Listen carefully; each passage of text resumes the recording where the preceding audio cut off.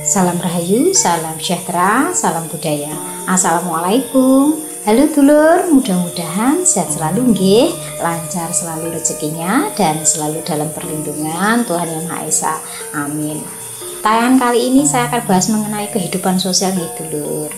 Alasan kenapa orang yang jahat itu cenderung memiliki banyak teman daripada orang yang baik. Monggo disimak dulur. Mudah-mudahan ini bisa menjadi pengetahuan bagi kita semua dan bagaimana kita harus bersikap dulur. Wilujeng Rahayu, sugeng midhangetaken.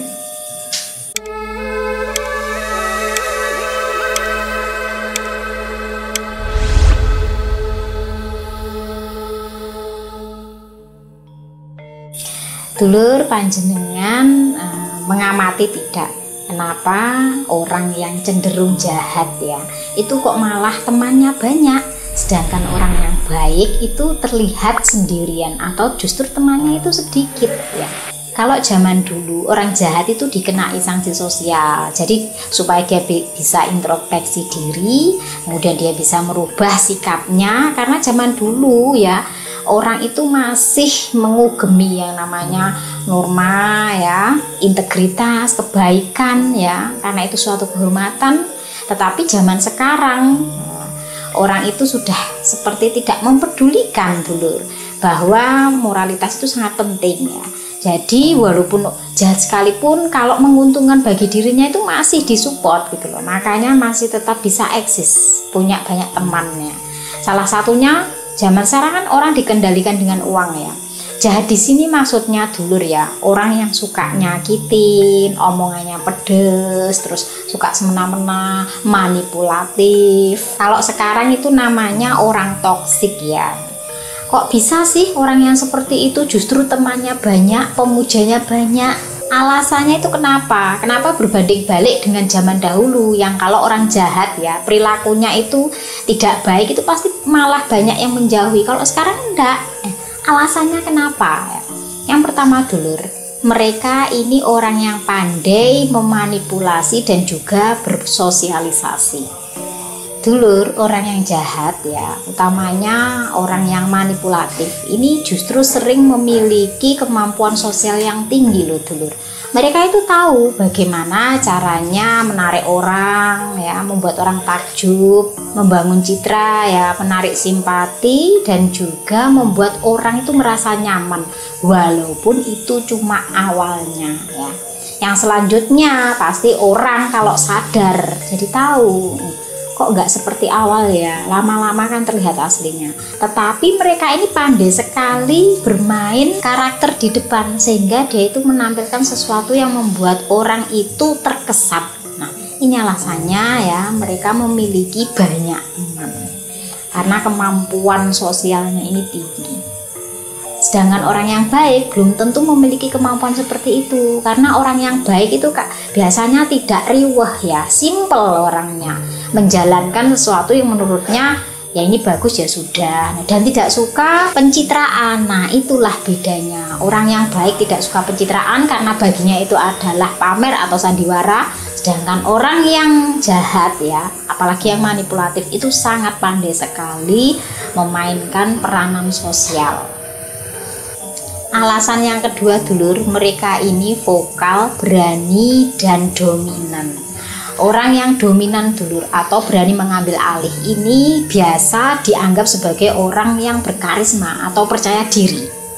Dulur, banyak orang itu tertarik pada sosok orang yang terlihat kuat dan percaya diri ya, meskipun ya semua itu dibalut oleh niat yang tidak baik. Tetapi kalau dilihat sebagai orang yang percaya diri dan berani itu dianggap seseorang yang menarik, sehingga walaupun sudah tahu kadang kalau itu toksik ya, tapi tetap didukung. Alasannya adalah berani. Karena zaman sekarang kan orang kan kadang untuk speak up sesuatu yang benar itu takut ya, takut dibully dan lain sebagainya. Mereka ini pandai sekali membaca situasi. Nah ini yang tidak dimiliki oleh orang-orang yang baik ya. Kadang orang baik itu lugu dulur, pikirannya ki ya wis searah, yang baik dikatakan baik, yang buruk ya dikatakan buruk. Tetapi kadang hal yang buruk itu bisa dimaafkan atau bisa dinego, dianggap sesuatu yang hal wajar. Yang namanya manusia pasti memiliki kesalahan. Itu pikirannya orang baik ya. Pemikirannya adalah orang yang tidak baik bisa menjadi baik. Mari kita sama-sama memaafkan, mari kita sama-sama menerima. Tetapi pada dasarnya mereka itu kadang belum tentu benar-benar berubah ya.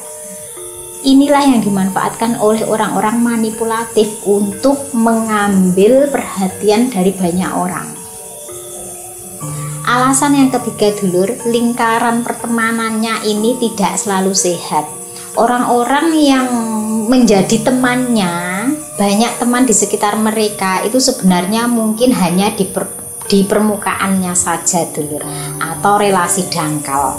Bisa jadi yang jadi temannya itu ya, mereka dikelilingi oleh orang-orang yang takut, terpaksa, atau mungkin sama jahatnya ya, punya misi yang sama, atau hanya ikut arus demi status sosial ya, biar punya teman istilahnya, karena takut sendirian jadi akhirnya gabung gitu loh dulur. Kadang-kadang ki dicing ya kalau nggak ikut gabung dengannya. Alasan yang klasik itu apa biasanya? Kalau nggak ikut kumpulan dengan kita-kita, dengan masyarakat, alasannya yang dinamakan itu masyarakat, padahal aslinya kepentingan dia pribadi. Dia selalu mengatakan, nek gak ikut kumpulan nanti kamu kalau ada apa-apa, nanti kalau kamu meninggal itu ndak ada yang bawa ke kuburan. Itu alasan yang klasik ya. Yang ngomong seperti itu biasanya orang yang sebenarnya membutuhkan orang lain, tapi dia menakut-nakuti orang lain supaya selalu mengikuti kemauannya. Justru dulur, kalau orang baik nggih, kalau memang beneran orang baik itu nggak akan kok ngomong seperti itu.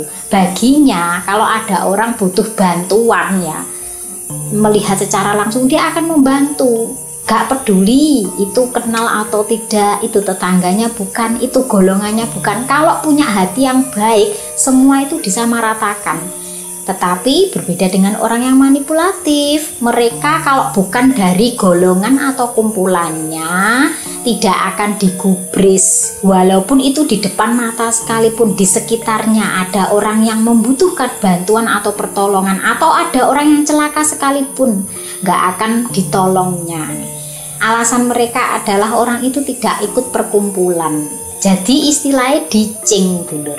Ini loh yang sampai saat ini mengakar kuat ya, menakut-nakuti orang ya. Kalau nanti mati kamu pergi sendiri, ndak ada yang ngubur, ndak ada yang membawamu ke kuburan, ndak ada yang gali kuburanmu. Selalu itu yang ditanamkan sehingga orang itu jadi manut, ngikut, takut kalau dicing. Akhirnya dengan terpaksa ya ikut perkumpulannya.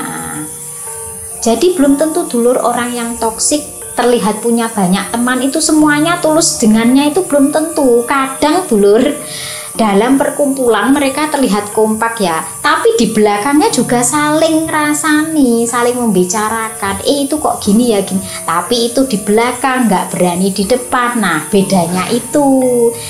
Kalau tidak percaya silakan dicoba, panjenengan mengikuti mereka ya, kemudian cabut dari mereka, pasti nanti panjenengan jadi bahan omongan ataupun pergunjingan mereka.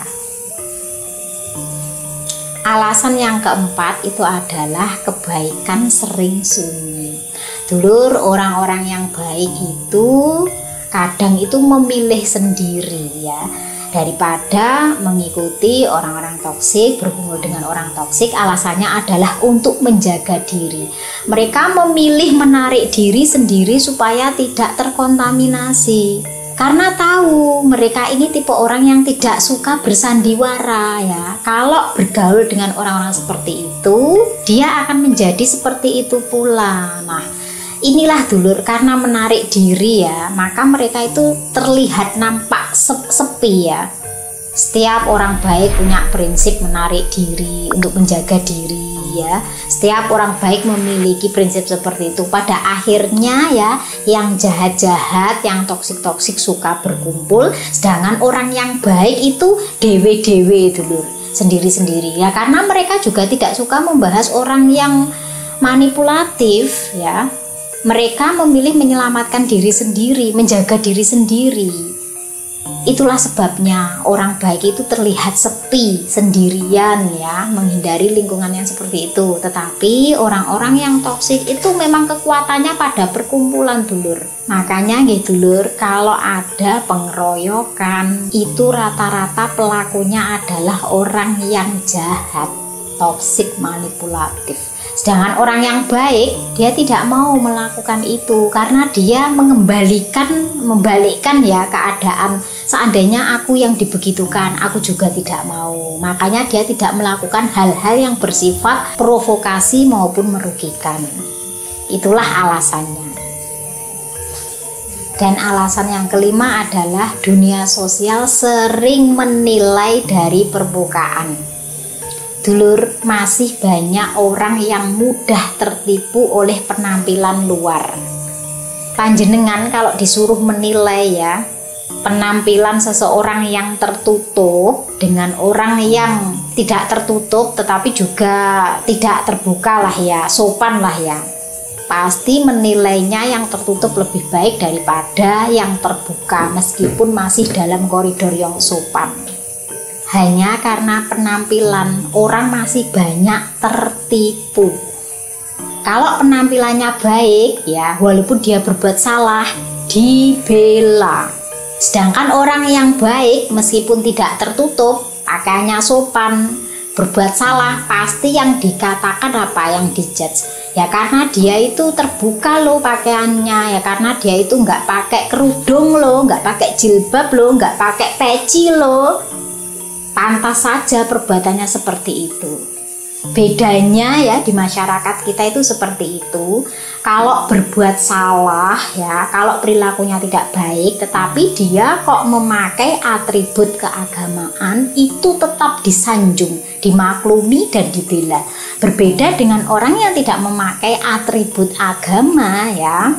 Kalau sekali berbuat salah, sama-sama salahnya ya, kadarnya sama, itu langsung dihabisi habis-habisan, entek karakternya. Ngeri loh penghakiman masyarakat itu ya. Orang kalau terlihat ramah, baik di publik itu disanjung-sanjung, padahal di belakang perilakunya itu buruk sekali, menghabiskan segalanya. Tetapi karena di depan itu terlihat ramah, terlihat sopan, menarik, itu orang selalu mengeluh-ngeluhkan, apalagi ditambah dengan atribut keagamaan. Nek salah mesti dibela. Tapi kalau yang melakukan kesalahan itu adalah orang yang biasa-biasa saja, mesti entek-entek nih. Jadi dulu berulang kali saya mengatakan jangan mudah melihat seseorang dari permukaannya saja. Jangan dilihat atributnya, tetapi lihatlah bagaimana karakternya di depan dan di belakang. Bagaimana caranya? Deloken atine dulur, ojo cuma penampilane. Nah, bagaimana cara melihat hati seseorang? Nanti kalau video ini bisa ramai ya, nanti lanjut saya jelaskan bagaimana cara membaca hati seseorang. Lalu harus bagaimana dong Fitka menyikapi hal ini? Apakah kita orang baik harus mengikuti ya, seperti mereka? Gini dulur, tetaplah menjadi diri panjenengan sendiri. Nyamannya seperti apa? Tidak perlu ikut arus ya. Setiap orang memiliki versi baiknya masing-masing. Tanyakan pada nurani panjenengan, kalau saya seperti ini baik nggak sih ya? Tanyakan pada nurani sendiri, nggak perlu tanya kepada orang, karena nurani itu tidak bohong dulur. Nurani itu lebih jujur daripada perasaan. Perasaan ada rasa nggak enaknya ya, akhirnya mengikuti. Tetapi kalau nurani, sesuatu yang tidak baik itu bikin tidak nyaman. Karena dalam nurani itu tidak ada yang namanya kepentingan. Baik dulur, demikian yang bisa saya sampaikan. Mudah-mudahan ini bisa menjawab pertanyaan panjenengan ya. Kenapa sih orang jahat itu cenderung punya banyak teman daripada orang yang baik? Kok dunia terbalik? Nah, alasannya seperti yang saya sampaikan ini. Semoga bermanfaat dan kita semua pandai mengambil sikap. Saya Fitri Ika, salam rahayu.